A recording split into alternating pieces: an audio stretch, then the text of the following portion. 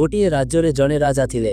से बहुत अलसुआ थिले एवं एही कारणरू सेही राज्यर लोक माने तांको उपरे खुशी नथिले, कारण से तांको राज्य विषय रे चिंता करू नथिले एवं से तांको राज्य रे कौनसी भल काम करि नथिले।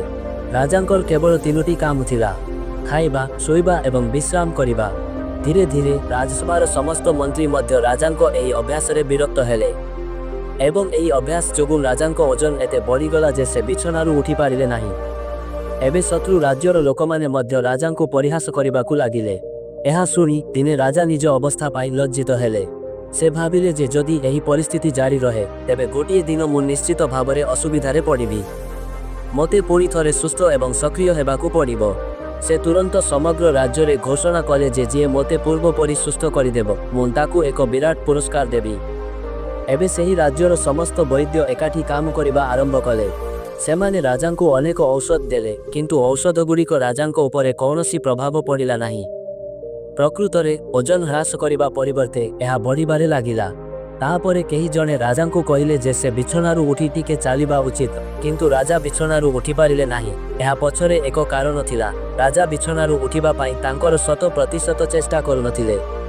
से केवल भाबुथिले जे कौनसी प्रकारे किछि औषधि खाई से सुस्थ होई जिवे एवं एही परी समय बीतीगला, किंतु राजांको उपरे एहार कौनसी प्रभाव पड़िला नाही। गोटिए दिन जने वृद्ध सन्त सेही राज्य को आसीथिले। जेतेबेले से जानिबाकू पाइले जे राजांको ओजन ह्रास करिबाकू पड़िबो, से राजांको सैनिकंकू कहिले जे तांको पाखरे एक औषध अछि जहा राजांको ओजन ह्रास करिबारे साहाय्य करिबो, किंतु राजांको तांको पाखकू आसीबाकू पड़िबो, कारण मु राजामानंको दरबारकू जाय नाही। आउ एही औषध केवल सेतेबेले काम करिबो जदि मु एहाकू निज हातरे राजांकू खुआइबी। जेतेबेले सैनिक माने राजांकू एहा कहिले, राजा खुशी होइगले एवं भाबिले केही जणे आसीछि जे दाबी करूछि जे से औषधि व्यवहार करी मोर ओजन ह्रास करि पारिबो। राजा कहिले, शीघ्र सेही वृद्ध सन्थंकू मो पाखकू आन। ता परे सैनिक माने कहिले, महाराज सेही सन्थ राजामानंको दरबारकू आसंती नाही, तुमकू निजे तांको पाखकू जिबाकू पड़िबो। एहा सुनी राजा रागिगले एवं कहिले, एहा कि प्रकारर मजा, मु उठी पारु नाही, तेणु मु तांको पाखकू किपरि जिबी। तापरे मंत्री कौनसी प्रकारे राजांकू बुझाई देले, महाराज एहा तुमर शेष सुजोग, अति कमरे चेष्टा तो करंतु। बहुत चेष्टा परे राजा कौनसी प्रकारे बिछनारू उठी पारिले एवं सैनिक मानंको सहायतारे से साधुंको घर आड़कू जिबा आरंभ कले।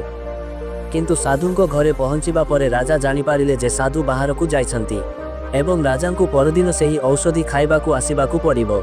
एहा सुनी राजा बहुत क्रोधित हेले, किंतु असहाय होई परदिन पुणी थरे साधुंको घरकू गले, जेउठारे वृद्ध सन्थ तुरंत राजांकू एक औषध देले।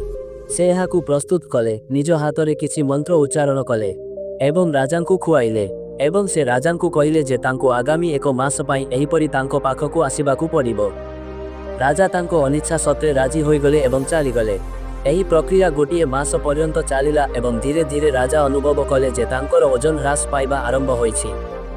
दिने से साधुंकू पचारिले जे एही औषधर नाम कौन एवं एहा किपरि तैयारी हुए, आम राज्यर वैद्य मानंकू मध्य एहाकू किपरि तैयारी करा जाय ताहा सिखांतु।